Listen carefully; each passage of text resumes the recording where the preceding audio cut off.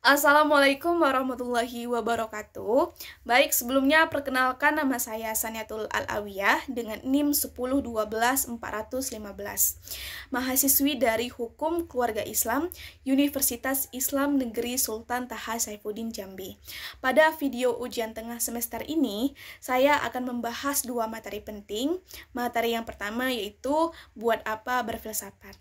Nah, nanti di sana saya juga akan menjelaskan tentang 4 pilar dalam berpikir filsafat. Materi yang kedua, saya akan menjelaskan yaitu tentang implementasi metode Burhani, Bayani, dan Irfani dalam filsafat Islam. Semoga penjelasan ini bisa memberikan pemahaman yang jelas dan bermanfaat bagi kita semua. Selamat menyimak. Jika filsafat diucapkan, maka banyak sekali yang muncul di kepala kita, yaitu sesuatu yang rumit, sesuatu yang elit, bahkan sesuatu yang mempunyai keyakinan yang haram. Sebuah pendapat menurut Dr. Fahrudin Aziz, hak setiap orang suka atau tidaknya sama filsafat. Tetapi, jika kata filsafat ini diganti dengan kata istilah, berpikir yang benar, mungkin pendapat orang tentang filsafat akan berubah. Hakikatnya, filsafat ini mengajarkan kepada kita yaitu untuk cara berpikir yang benar. Filsafat ini dihidupkan dalam tokoh Yunani dalam rangka mengkritik cara hidup yang serba mitologis. Filsafat ini hidup karena tidak puasnya sama jawaban yang serba mitos. Nah, dapat kita simpulkan bahwa filsafat ini mengajarkan kepada kita yaitu untuk memikirkan hidup. Tidak hidup begitu saja dan asal-asalan, tetapi mengerti secara masuk akal apa dan bagaimana cara kita hidup. Jadi, mengapa kita itu harus belajar filsafat? Tentu jawabannya, kita itu harus dituntut untuk menseriusi hidup dan tidak ikut-ikutan. Kita harus bisa jawab apa, mengapa, dan bagaimana tentang hidup kita. Nah, jadi intinya, filsafat ini sangat penting dihubungkan dengan Islam, terutama bagi kita agar kita bisa lebih memahami makna hidup. Nah, baik, selanjutnya di sini saya akan menjelaskan 4 pilar dalam berpikir filsafat. Setelah sebelumnya saya menjelaskan buat apa berfilsafat. Nah, 4 pilar dalam berpikir filsafat itu ada 4. Yang pertama, logis, yang kedua radikal, yang ketiga universal, dan yang terakhir sistematis. Di sini saya akan menjelaskan yang pertama yaitu logis. Berpikir logis berarti menggunakan penalaran yang masuk akal, teratur, dan sesuai dengan kaidah cara berpikir yang benar. Logis yang digunakan dalam filsafat itu tujuannya untuk memastikan argumen yang kuat dan sesuai dengan akal yang sehat. Contohnya itu seperti ini. Setiap manusia itu pasti mati. Aristoteles itu manusia. Jadi, Aristoteles pasti mati. Yang artinya, pikiran itu disusun dengan masuk akal dan ada hubungannya satu sama lain. Nah, yang kedua yaitu ada pilar radikal. Nah, radikal berarti berpikir hingga ke akar permasalahan. Nah, dalam radikal, filsafat ini tidak hanya melihat sesuatu dari luarnya saja, tapi juga coba untuk memahami dari arti dan dasar sebenarnya. Nah, intinya berpikir mendalam berarti berani mempertanyakan hal-hal yang biasanya dianggap biasa saja. Contohnya seperti ini. Apakah dunia ini emang benar-benar ada atau hanya mimpi? Nah, yang artinya berani mempertanyakan hal yang paling dasar dan yang paling dalam. Seperti itu. Nah, dan yang ketiga yaitu ada pilar universal. Nah, universal ini dalam filsafat tidak hanya fokus uh, ke yang khusus-khusus aja gitu, ke hal-hal yang khusus. Tapi dia juga fokus ke hal yang luas atau umum. Dan dia juga tidak terikat oleh waktu dan tempat. Nah, tujuannya itu untuk menemukan prinsip yang bisa dipakai di berbagai keadaan. Contohnya itu seperti ini. Setiap manusia itu diperlakukan dengan adil. Nah, yang artinya dia memikirkan yang hanya berlaku untuk semua orang, bukan hanya satu kelompok atau satu tempat saja. Seperti itu. Nah, yang terakhir yaitu ada sistematis.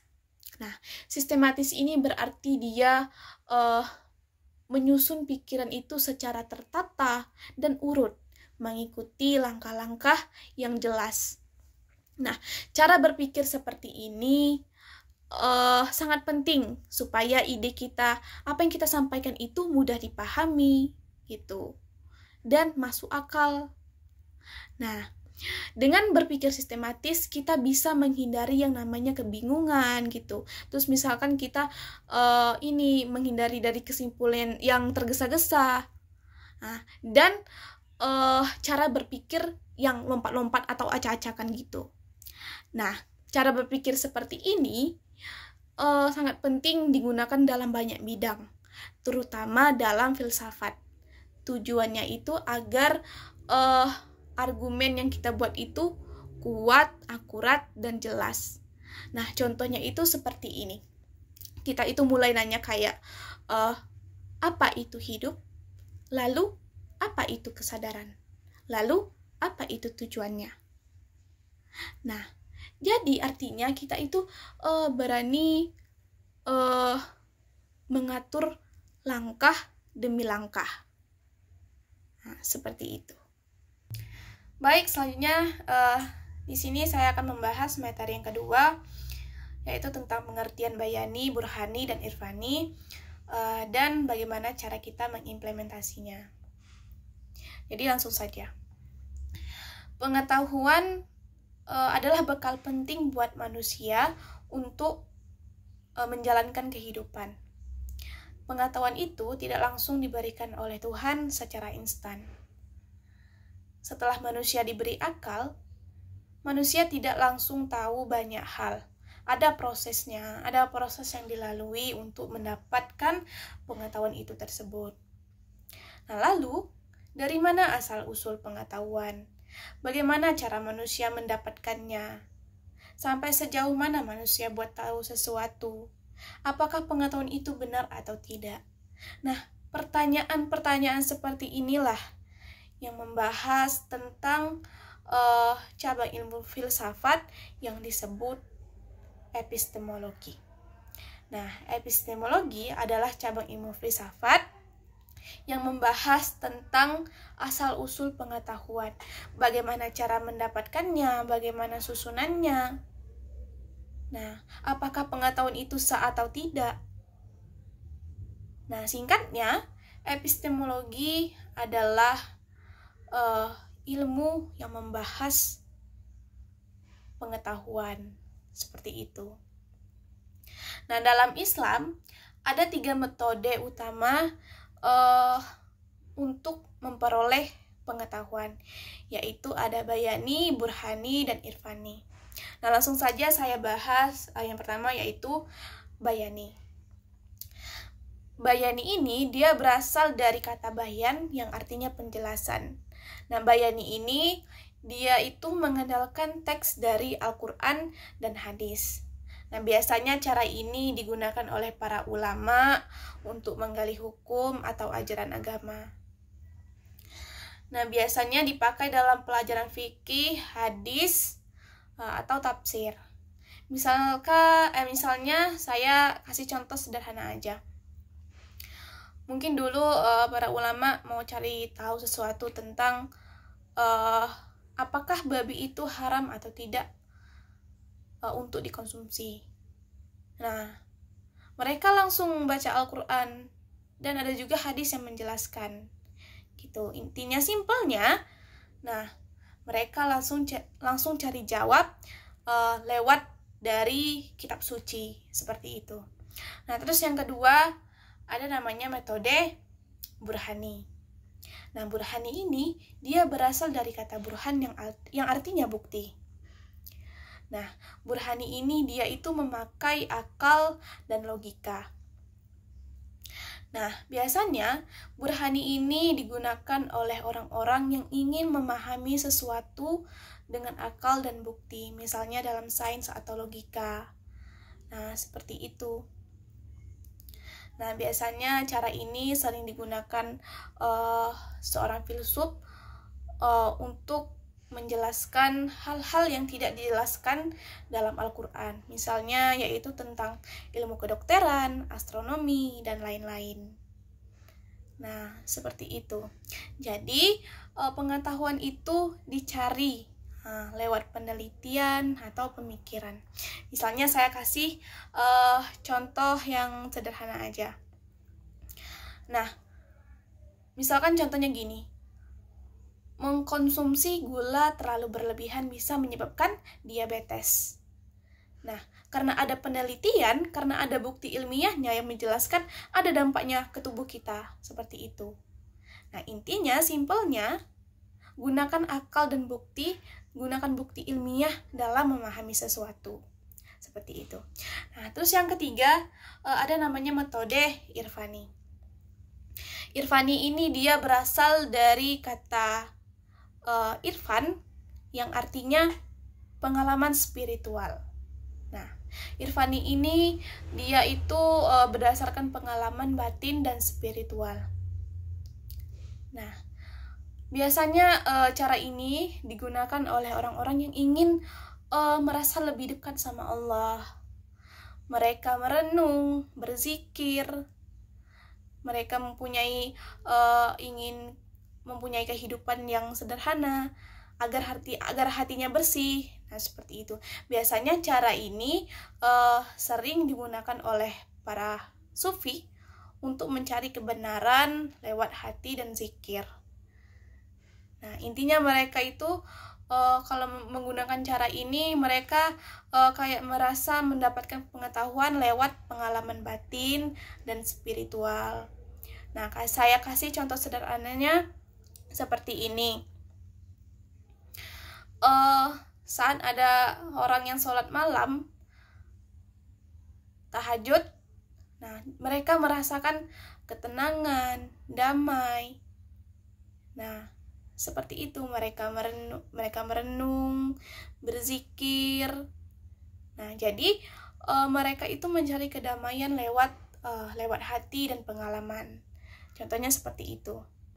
Lalu, bagaimana cara kita mengimplementasi dari ketiga metode itu tadi?